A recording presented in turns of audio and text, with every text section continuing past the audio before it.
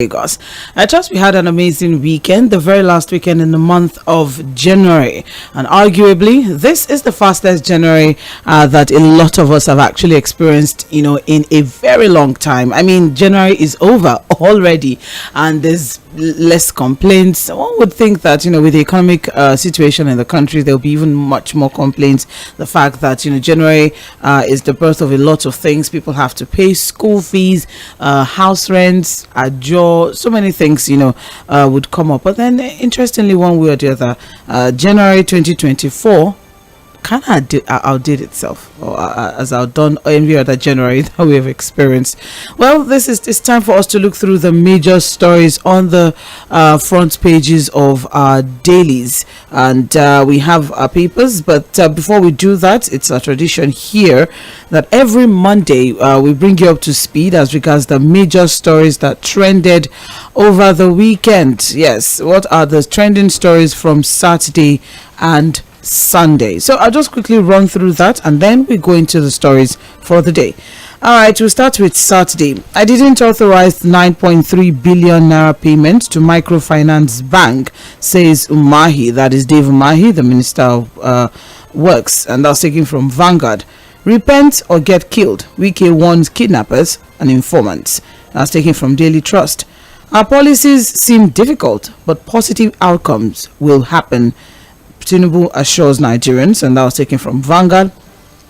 Outrage as teacher allegedly flogs Lagos pupil to death. That's taken from The Punch.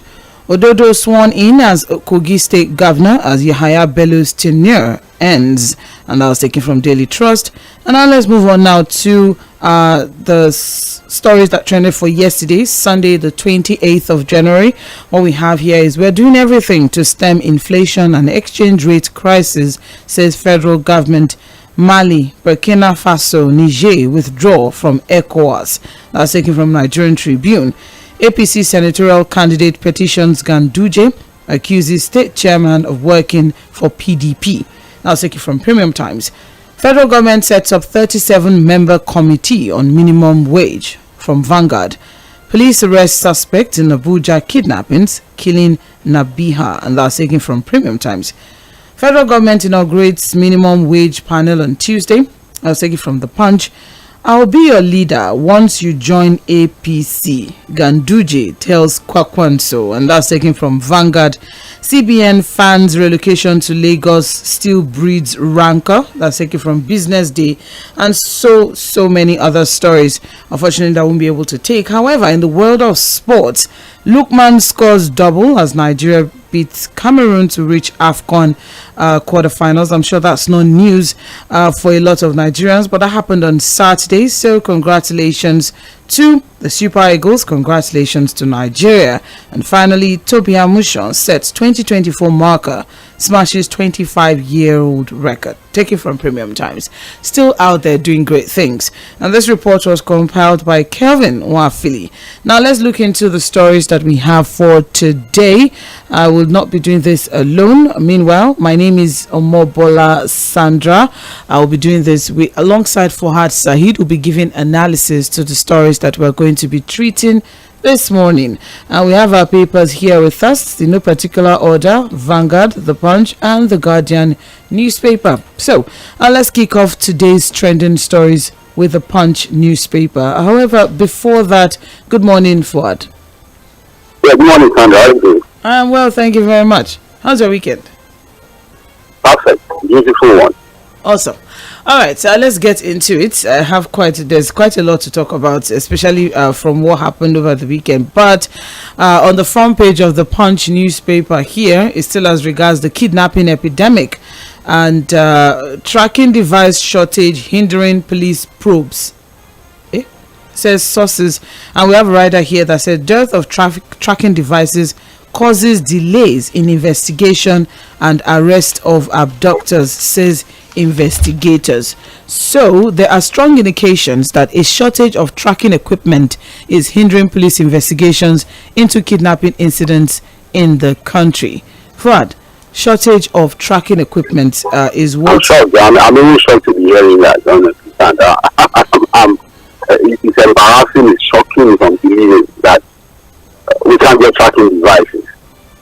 With the fact that, you know, on a yearly basis, you know, security gets a larger chunk of our budget, and we can't get tracking device standard. It's unfortunate, it's unbelievable.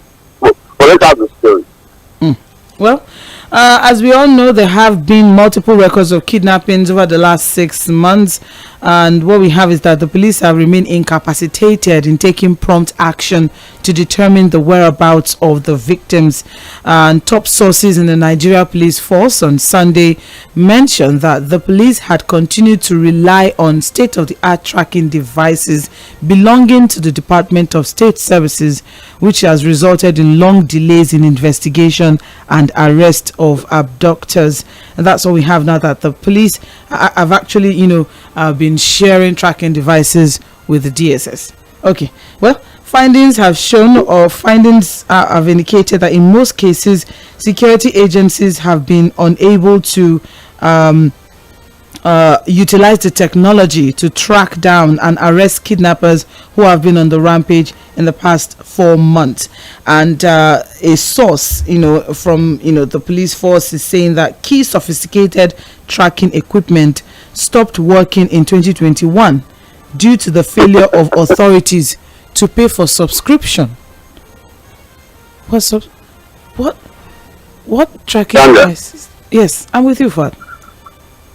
You know, again, because I know the police have the intelligence response team, the IRT team. Of course, the very, very popular one, you know, the former 𝗪cie was the leader of that particular team, and he was supposed to be an intelligence response team.